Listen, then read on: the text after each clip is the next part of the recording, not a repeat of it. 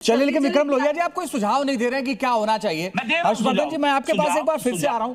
मैंने आपसे थोड़ी देर पहले सर इसलिए पूछा था, एक मिनट विक्रम लोहिया जी, कि सरकार ने क्या देर कर दी, क्योंकि 6 मार्च को फिलीपींस ने 4 हफ्ते वर्क फ्रॉम होम कर दिया, 18 मार्च को श्रीलंका ने 4 हफ्ते वर्क फ्रॉम होम कर दिया, वियतनाम में कहा साइकिल चलाएं, कारपूल करें, सार्वजनिक परिवहन पर जोर दें, जरूरत पड़ने पर ही निजी वाहन निकालें।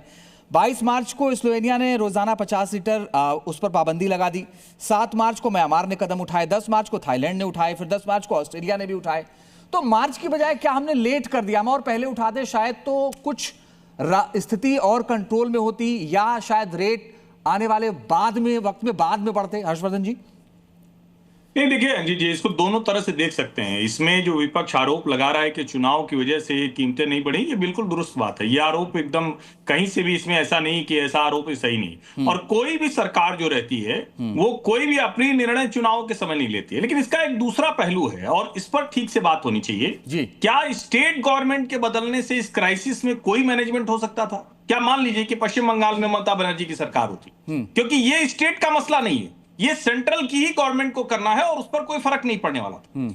कितने समय तक आप उम्मीद लगाते हैं? सरकार या जो भी लोग इस क्राइसिस से जुड़े हुए हैं उनको ये हो सकता है, ये अनुमान रहा हो, उनको बेनिफिट ऑफ डाउट ये दे सकते हैं कि भाई हम इतने समय में युद्ध समाप्त हो जाएगा, हम उसको मैनेज कर लेंगे, हमारी सप्लाई अगर दुरुस्त है तो हम उसको कंट्रोल कर पाएंगे। दुनिया के कई देशों ने तो राशनिंग शुरू कर दी, दुनिया के कई देशों में तो बाकायदा ऐसे ड्रास्टिक मेजर्स लिए हैं जो भारत में ऐसा नहीं दिख रहा। और मैं फिर कह रहा हूं, हमारे लिए भी अगर एक्सटर्नल फैक्टर्स इसी तरह से उल्टे चलते रहे तो मुश्किलें बढ़ेंगी, देश को उसके लिए तैयार होना पड़ेगा। लेकिन उसके साथ ही मैं कहूंगा सरकार ने बहुत बेहतर तरीके से मैनेज किया है। कमाल का मैनेजमेंट है कि भारत की सड़कों पर अभी किसी तरह की एनर्जी क्राइसिस नहीं। उसमें एक लाइन में जरूर जोड़ दूं, ये इसलिए भी है क्योंकि सरकार ने इस दौरान 36,000 टन से 54,000 टन का डोमेस्टिक गैस प्रोडक्शन कर दिया। ये सामान्य बात नहीं थी।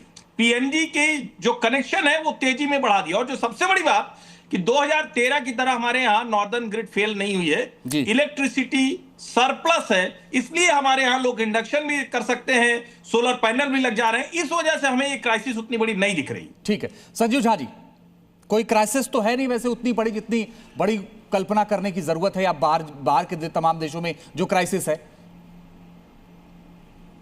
देखिए, यही बड़ी बात है। एक तरफ बीजेपी के तमाम प्रवक्ता और नेता कहते हैं कि कोई संकट नहीं है। प्रधानमंत्री ने जितनी बातें लोगों अपील करी तो दिखता है बहुत बड़ा संकट है। तभी तो हम कह रहे हैं कि प्रधानमंत्री एक बार बैठ देते ऑल पार्टी मीटिंग में, चर्चा कर लेते कि चुनौती क्या है। क्या हमारा ट्रेड डिफिसिट जो बढ़ रहा है वो हमारे कंट्रोल से बाहर है? क्या हमारे फॉरेस्ट रिजर्व में जो डिक्लाइन हो रहा है वो डिक्लाइन कम नहीं हो रहा? उसके लिए क्या स्टेप ले जाने चाहिए?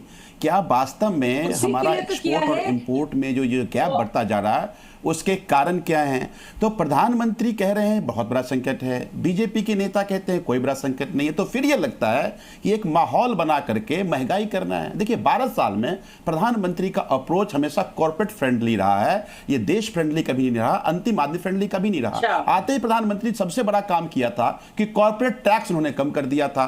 आंकड़ा यह कहता है कि 12 साल में 8 लाख करोड़ का नुकसान हुआ है चूंकि उन्होंने कॉर्पोरेट टैक्स कम किया। फिर देखिए, जब अभी रसिया और यूक्रेन लड़ाई की बात हो रही थी, रशिया यूक्रेन की लड़ाई में हमें मिल रहा था डिस्काउंट रेट पे पेट्रोल और क्रूड ऑयल, उसको रिफाइन करके हमारी देश की कंट्री बाहर यूरोप में बेच रही थी, हमने कुछ नहीं कहा उनको। विंडफॉल टैक्स, जब असमान प्रॉफिट आपको होता है तो विंडफॉल टैक्स सरकार लेती थी।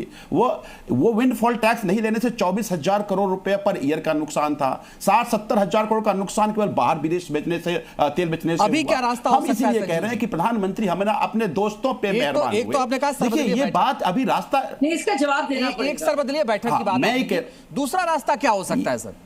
क्या रास्ता निकले इसका?